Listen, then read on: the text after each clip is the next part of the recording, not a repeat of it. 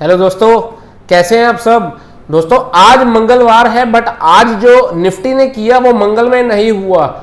Nifty में क्या हुआ, निफ्टी में आज तकरीबन 1.5% की गिरावट हुई। निफ्टी 16,983 रुपए पे जाके बंद हुआ और 257 रुपए 257 रुपीज निफ्टी में से झड़ गए। निफ्टी का जो आज लो था वो था 16,950 का और जो हाई था वो था 17,261 का, मतलब 17261 का हाई था। तो वहां से निफ्टी धाराशाही गिरा और उसने इन्वेस्टर्स को भी धाराशाही कर दिया क्योंकि बहुत गिरावट आ गई निफ्टी के अंदर। बट आज जिसमें शेयर के बारे में बात करने जा रहा हूं, डिस्पाइट निफ्टी गिर रही थी बट वो शेयर बढ़ रहा था, ठीक है। और वो जो शेयर था, गेस कीजिए कौन सा होगा, शुगर सेक्टर का शेयर था। आई थिंक शुगर सेक्टर के सारे ही शेयर तेज थे। सबसे पहले आपको शुगर सेक्टर की न्यूज बताता हूं, सबको मैंने पहले भी वीडियो में बताई थी। तो क्या आपको पता है कि मोदी सरकार का एक टारगेट है कि 2025 तक जो एथेनॉल है उसकी जो पेट्रोल में ब्लेंडिंग है वो चाहते हैं कि 20% की ब्लेंडिंग 2025 तक हो। अभी हो रही है मेरे हिसाब से 7% की। तो एथेनॉल जो बाय प्रोडक्ट है वो शुगर का है। शुगर केन जो गन्ना बनता है ना, गन्ने में से शुगर निकलती है और इसका एक जो बाय प्रोडक्ट है वो एथेनॉल है। मतलब जो कंपनीज शुगर बनाती है वो एथेनॉल भी बनाती है। तो इसलिए पिछले 1 साल में, 1.5 साल में, 2 साल में शुगर के शेयर्स ने बहुत तेजी आई है। आज मैं जिस शेयर के बारे में बात करने जा रहा हूं उस शेयर का नाम है उगर शुगर। सबसे पहले उगर शुगर के बारे में आपको बताता हूं कि कंपनी करती क्या है, फिर आगे डिस्कस करेंगे सारा कुछ। तो दोस्तों let's get started. The Ugar Sugar Works Limited is engaged in the manufacture and sale of sugar.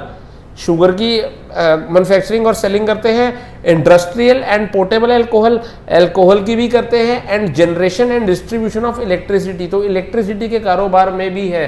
तो आपको पता है पावर के स्टॉक्स भी भाग रहे हैं। जो अल्कोहल के स्टॉक्स है वो तो हमेशा ही चलते हैं। और ये तीसरे जो शुगर के इनका सेक्टर है, जो शुगर का सेक्टर है उसमें से एथेनॉल निकलता है, ये सेक्टर भी भाग रहा है। उगर शुगर का शेयर आज 70 रुपए और 85 पैसे पे जाके बंद हुआ। तकरीबन 5.25% की तेजी थी इस शेयर के अंदर और 3 रुपए 90 पैसे इस शेयर में आज पड़ गए। इसका जो लो था आज वो था 66 रुपए 85 पैसे का, 66.85 का लो था। और जो इस शेयर ने हाई लगाया वो 75.40 का हाई लगाया है। तो देख सकते हैं कितनी तेजी थी। और यार ये थोड़ा गिरा भी इसलिए क्योंकि निफ्टी के अंदर गिरावट ही बहुत ज्यादा हो गई थी, ठीक है ना। अभी पिछले 1 साल की बात करें तो पिछले 1 साल में इस कंपनी ने तकरीबन 123% के रिटर्न्स डिलीवर किए हैं अपने शेयर होल्डर्स को। 5 साल की बात करें, 5 साल में तकरीबन 180% के रिटर्न्स डिलीवर कर चुका है ये शेयर अपने शेयर होल्डर्स को। और मैक्सिमम चार्ट की बात करें सन 2010 से लेके 2022 यानी 12 सालों में इस कंपनी ने 375% के दमदार रिटर्न्स अपने शेयर होल्डर्स को डिलीवर किए हैं। आप दमदार नहीं कह सकते, 12 साल में तकरीबन 3.25 गुना हो गया ये शेयर, तो दमदार नहीं कह सकते। 12 सालों में इसका जो लो रहा है वो 7 रुपए 35 पैसे रहा है और जो हाई रहा है वो 86 रुपए 75 पैसे का हाई रहा है। ये स्मॉल कैप शेयर है जिसका स्टॉक मार्केट में रैंक 1159 है। अभी कुछ पॉजिटिव और नेगेटिव की बात करते हैं। सबसे पहले इंट्रिंसिक वैल्यू, इस शेयर का जो करंट भाव है वो इंट्रिंसिक वैल्यू से कम है, मतलब हमारे को सही वैल्यूएशन पे ये शेयर ऑफर हो रहा है अभी। सेकंड पॉइंट है ROE versus FD rate. Stock ने बीते सालों में एफडी से बेटर रिटर्न्स नहीं दिए, तो ये एक नेगेटिव पॉइंट है। डिविडेंड रिटर्न, स्टॉक बहुत अच्छे डिविडेंड नहीं देता, तो ये भी एक नेगेटिव पॉइंट कंसीडर होगा। एंट्री पॉइंट, ये स्टॉक को बाय करने का बिल्कुल सही समय है क्योंकि स्टॉक टेक्निकल चार्ट्स पे ओवरबॉट जोन में नहीं है। No red flag, stock ASM या जीएसएम की लिस्ट में नहीं है और प्रमोटर की ज्यादा होल्डिंग भी प्लेज नहीं है, तो ये भी एक पॉजिटिव पॉइंट है। 5 में से 3 पॉइंट पॉजिटिव है, 2 नेगेटिव है। की मैट्रिक्स की बात करें तो पी रेशो की बात करते हैं। सबसे पहले पी रेशो इसकी है 17.39 की और सेक्टर की है 48.60, मतलब हमारे को सही वैल्यूएशंस पे ये अवेलेबल है शेयर पी रेशो पे। प्राइस टू बुक रेशो की बात करें तो प्राइस टू बुक रेशो इस शेयर की 6.19 है जबकि सेक्टर की पीई है 9.18, तो उस लिहाज से भी हमारे को सही वैल्यूएशंस पे मिल रहा है। डिविडेंड यील्ड, ये शेयर अच्छी डिविडेंड यील्ड नहीं देता, वो शो ही नहीं कर रहा, और सेक्टर की जो डिविडेंड यील्ड है वो 1.44% की है, तो डिविडेंड देने में अच्छा शेयर नहीं है। हाँ, हालांकि इसने पीछे डिविडेंड दिया, 1 सितंबर 2022 को फाइनल डिविडेंड इस शेयर ने दिया है, कितना, 25 पैसे का, सिर्फ 25 पैसे प्रति शेयर का डिविडेंड आया है। बात करते हैं मार्केट कैपिटलाइजेशन पे, देखते हैं कि कौन सी शुगर की कंपनी कौन से रैंक पे है और उगर शुगर किस रैंक पे अभी आ रहा है। नंबर 1 पे है श्री रेणुका शुगर, नंबर 2 पे है ईद पैरी, नंबर 3 पे है बलरामपुर चीनी, नंबर 4 पे त्रिवेणी इंजीनियरिंग, नंबर 5 पे बनारी अमान, नंबर 6 पे डालमिया भारत, नंबर 7 पे द्वारकेश शुगर, नंबर 8 पे धामपुर शुगर, नंबर 9 पे बजाज हिंदुस्तान, नंबर 10 पे धामपुर बायो ऑर्गेनिक्स, नंबर 11 पे अवध शुगर, नंबर 12 पे उत्तम शुगर, नंबर 13 पे भाई साहब उगर शुगर का शेयर है, और नंबर 14 पे है मगध शुगर। तो मार्केट कैपिटलाइजेशन पे 13 नंबर की कंपनी है, रैंक 13 शुगर सेक्टर में। ठीक है, फाइनेंशियल ट्रेंड की बात करें तो रेवेन्यू आप देख रहे हैं 2019 से बढ़ गया 2020 में, 2020 से बढ़ गया 2021 में, और 2021 से बढ़ गया 2022 में। तो हर साल रेवेन्यू बढ़ता जा रहा है। और अगर प्रॉफिट की बात करें तो 2020 में जो प्रॉफिट था उससे बढ़ गया 2021 में, और जो 2021 में प्रॉफिट था उससे ज़्यादा बढ़ के आया 2022 में। तो रेवेन्यू और प्रॉफिट के लिहाज से तो शेयर ग्रो कर रहा है। अभी आगे होल्डिंग ट्रेंड की बात करते हैं। पिछले 6 महीनों में प्रमोटर ने अपनी होल्डिंग को इस कंपनी में स्टेबल रखा है, कांस्टेंट रखा है, तो ये एक पॉजिटिव पॉइंट कंसिडर होगा। इसके बाद लो प्लेज प्रमोटर होल्डिंग, जो प्रमोटर की प्लेज होल्डिंग है वो नहीं है, तो ये एक पॉजिटिव पॉइंट है। म्यूचुअल फंड होल्डिंग, पिछले 3 महीनों में म्यूचुअल फंड ने अपनी होल्डिंग को इस शेयर में कांस्टेंट रखा है, तो ये भी एक ओके पॉइंट है। अभी शेयर होल्डिंग पैटर्न की बात करते हैं तो प्रमोटर के पास जो होल्डिंग है वो 44.5% की है, तो यार इससे ये मुझे जस्टिफाइड नहीं लगती। कोई भी कंपनी की होल्डिंग में आपको बार बार बताता हूं कि 51% तो कम से कम अपनी कंपनी में होनी ही चाहिए, बट इसकी 44.5% है, तो ठीक ठाक सा पॉइंट है। म्यूचुअल फंड की होल्डिंग है ही नहीं, म्यूचुअल फंड इसके अंदर निवेश ही नहीं करते शेयर के अंदर, तो ये एक अच्छा पॉइंट नहीं लगा मुझे। डोमेस्टिक इंस्टीट्यूशंस भी इसके अंदर इन्वेस्ट नहीं करते, अगेन बैड पॉइंट।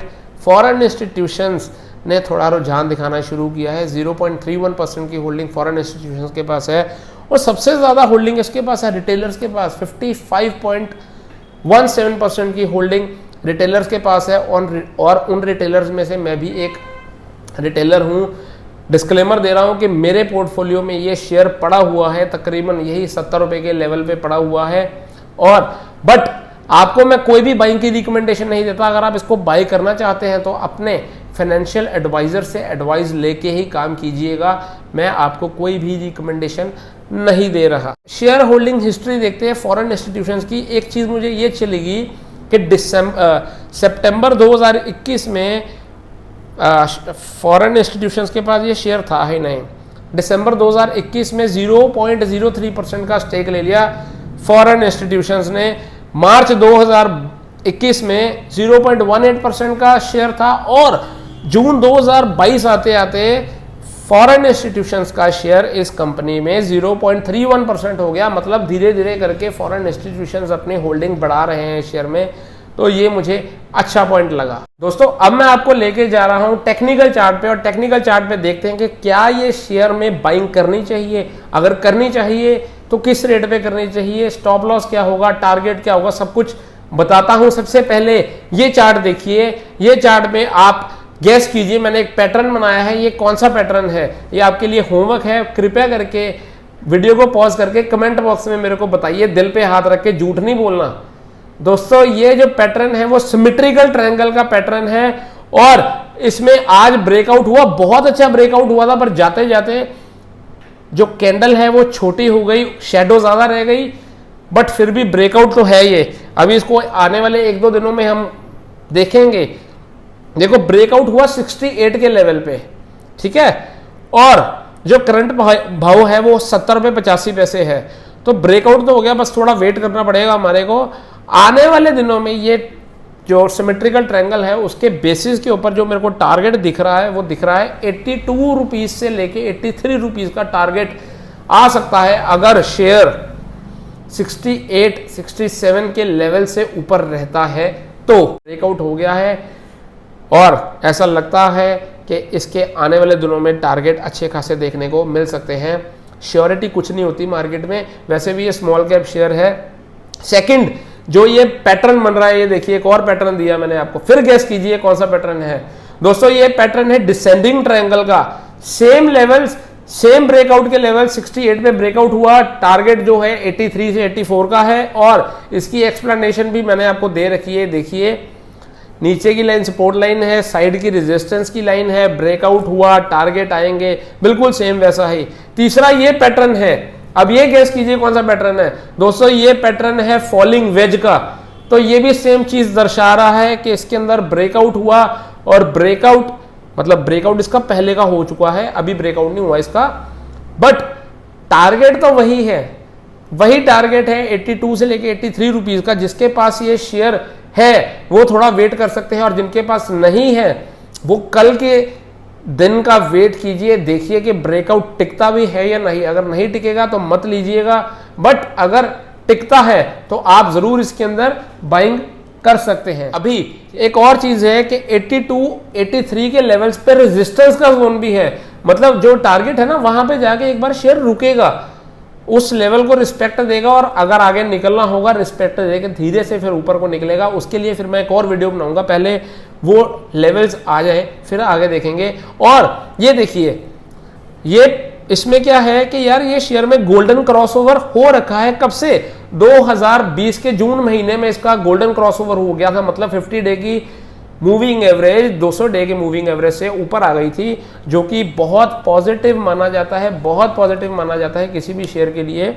तो उस लिहाज से शेयर पॉजिटिव है। बाकी एक्सपोनेंशियल मूविंग एवरेज की बात करें 50 डे 100 डे 150 डे 200 डे सारी मूविंग एवरेज के शेयर ऊपर चल रहा है और ये अगेन पॉजिटिविटी दर्शाता है किसी भी शेयर के लिए। अभी टेक्निकल इंडिकेटर्स की बात करें, सबसे पहले एमएससीडी में आज हिस्टोग्राम पॉजिटिव बन गया, तो ये एक किसी भी शेयर के लिए पॉजिटिव माना जाता है। आरएसआई 68 है, अभी आरएसआई ओवरबॉट जोन में नहीं गई, मैं 80 को ओवरबॉट मानता हूं, 68 पे है तो खासा बुलिश है ये शेयर।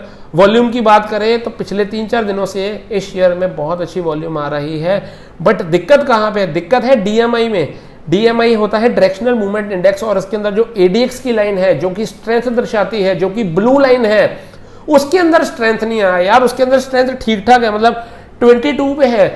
हम किसी भी शेयर में स्ट्रेंथ तब मानते हैं जब एडीएक्स की लाइन 30 क्रॉस कर जाती है, 35 40 45 पे होना तो बहुत बुलिश माना जाता है। ऑल्दो जो ग्रीन लाइन है वो बायर्स की है, येलो लाइन सेलर की है, सेलर नीचे जाते जा रहे हैं, बायर्स ऊपर जाते जा रहे हैं। जैसे ही बायर्स का स्ट्रेंथ आएगी तो शेयर अपने टारगेट की और भागेगा, जरूर भागेगा, बट स्ट्रेंथ आनी जरूरी है, वो धीरे धीरे आएगी। आप इसके अंदर मैंने आपको स्ट्रेटेजी बता दी है। अगर वीडियो अच्छी लगे तो मेरे चैनल को सब्सक्राइब कर दीजिए, नोटिफिकेशन बेल आइकन को प्रेस कर दीजिए, ताकि मेरी लेटेस्ट वीडियोस जो कि मैं फ्री में आपको ज्ञान दे रहा हूं, फ्री में आपको टारगेट्स दे रहा हूं, कोई पैसा चार्ज नहीं कर रहा, तो मेरी वीडियो को लाइक जरूर कर देना, क्योंकि यार आपके लिए एफर्ट्स करता हूं शाम को, ठीक है। और अगर आपको लगे कि आपको भाई की सहायता करनी चाहिए तो प्लीज इस वीडियो को शेयर भी कर देना, ताकि मेरी भी हेल्प हो और जो ये वीडियो देखे वो भी टारगेट्स जान ले और उसकी भी हेल्प हो जाए।